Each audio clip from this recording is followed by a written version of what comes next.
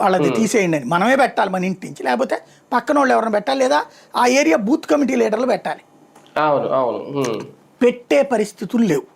దాని వలనే అన్ని లక్షల మంది, దాదాపు 90 లక్షల ఓట్లు అక్కడ ఎక్స్ట్రా పడ్డాయి.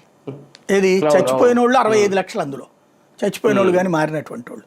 ఇంకో 25 లక్షల మంది ఇతర రాష్ట్రాల నుంచి, ఇతర దేశాల నుంచి వచ్చి అక్కడ సెటిల్ అయిన వాళ్ళు, వాళ్ళకు కూడా ఓటు ఇచ్చేసింది. ఆ 25 లక్షల మంది అప్లై చేసుకున్న ఓటు ఇవ్వలేదు ఈ దఫా ఎన్నికల సంఘం. ఆ 25 లక్షల తేడా అయితే ఒప్పుకుంటా నేను, 30 లక్షల తేడా కాబట్టి కొంత అది ఆ గ్యాప్ ఉందన్నమాట అక్కడ.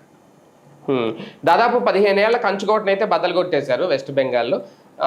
భారీ మార్పులు ఏమన్నా చూడబోతామా రేపు బీజేపీ పాలనలో? ఖచ్చితంగా. అంటే డెవలప్మెంట్ ఆస్పెక్ట్ వైపుకి వెళ్ళాలి. ఇప్పటిదాకా బెంగాల్ అంటే వలస కూలీలను పంపించే ప్రాంతం కింద ఉంది.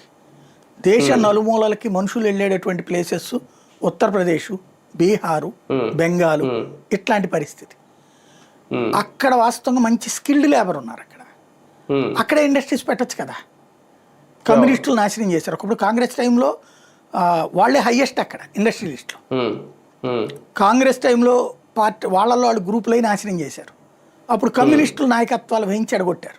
కమ్యూనిస్టులు వచ్చాక వాళ్ళు మళ్ళీ ఇండస్ట్రీస్ తెద్దాం అనుకున్నారు. నందిగ్రామ్ దగ్గర మమతా బెనర్జీ అడ్డుకుంది. ఇప్పుడు